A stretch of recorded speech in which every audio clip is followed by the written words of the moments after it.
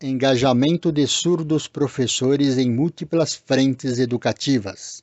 Professor Dr. Elias Paulino da Cunha Júnior, Universidade Federal de São Paulo, Unifesp.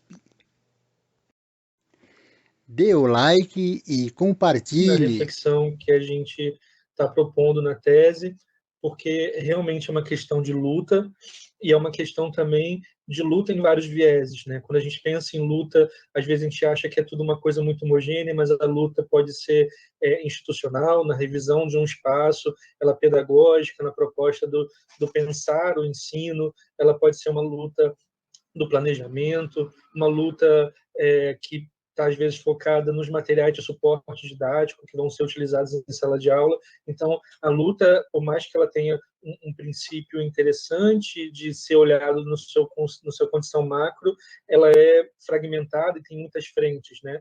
E aí, mas ela está concentrada, no nosso caso aqui do debate que foi feito na pesquisa, no ser surdo, né? O ser surdo ocupa um espaço muito importante, porque é o que o surdo pode, o que o surdo não pode, o que o surdo consegue, não de hoje, né, mas no sentido do que a escola deixou ele conseguir ou não, do que a escola funcionou como um sistema de democratização e apoio para que ele tivesse acesso a essas coisas ou não. Né? Então, um dos primeiros estratégias de reterritorialização é o próprio reposicionamento do surdo como professor na escola.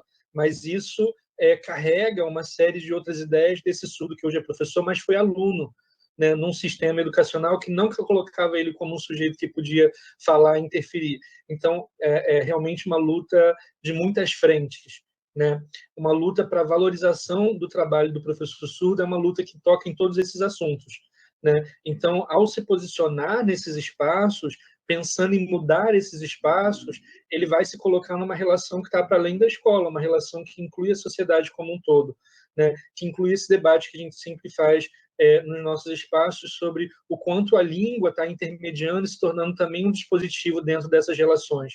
Né? Então, o ensinar e o aprender está condicionado a isso também. Então, o paradigma, nesse caso, não é o professor não é baseado na experiência de um professor ouvinte na frente de uma turma de pessoas ouvintes, mas é baseado na pré-identificação da pessoa surda como esse profissional docente e o que ele representa e o que ele traz para o debate quando um corpo surdo formado como professor vai para frente de uma sala de aula, que debates são abertos por esse corpo, né? Que preocupações são lembradas por isso, né? Que coisas que antes estavam sendo deslegitimadas, negligenciadas, discriminadas por preconceitos que agora voltam para a cena do debate.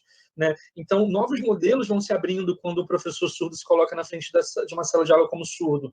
Né? Novos modelos que são problemas também sérios, porque se colocam como embate frente a modelos antigos e também são questionáveis em si. Então, que valor é esse que a gente está discutindo que quer ser dado ao aluno surdo na escola que não rebate no valor dessa pessoa surda como professor também?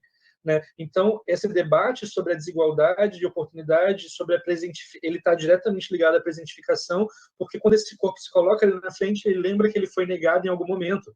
Né? E aí ele traz isso para o debate.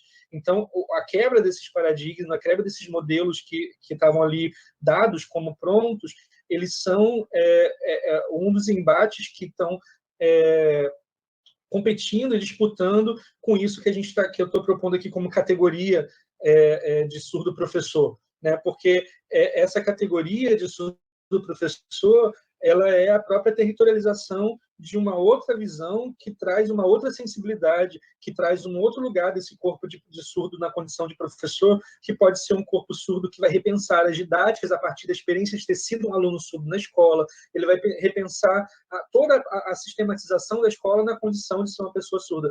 Ele vai trazer os problemas para si, né, e vai mostrar os problemas que existem. Como que isso acontece? Né? Dá para a gente só colocar o intérprete nesse espaço? Né? Às vezes, algumas pessoas vão defender que o intérprete é a condição do surdo ocupar o espaço, mas o intérprete, na condição como os ouvintes pensam, de um mediador quase que um cuidador, ele condiciona o surdo a uma dependência. Então, a questão não é colocar o intérprete para acompanhar o surdo, é repensar o currículo, é repensar a escola, é repensar como que esse espaço de dentro, que as pessoas dizem que é do surdo também, vai ser modificado para receber o surdo. Né? Então, essas múltiplas perspectivas e múltiplas considerações que vêm da presentificação acabam vindo nesse contexto. Em breve, edição em livro. Dê o like e compartilhe.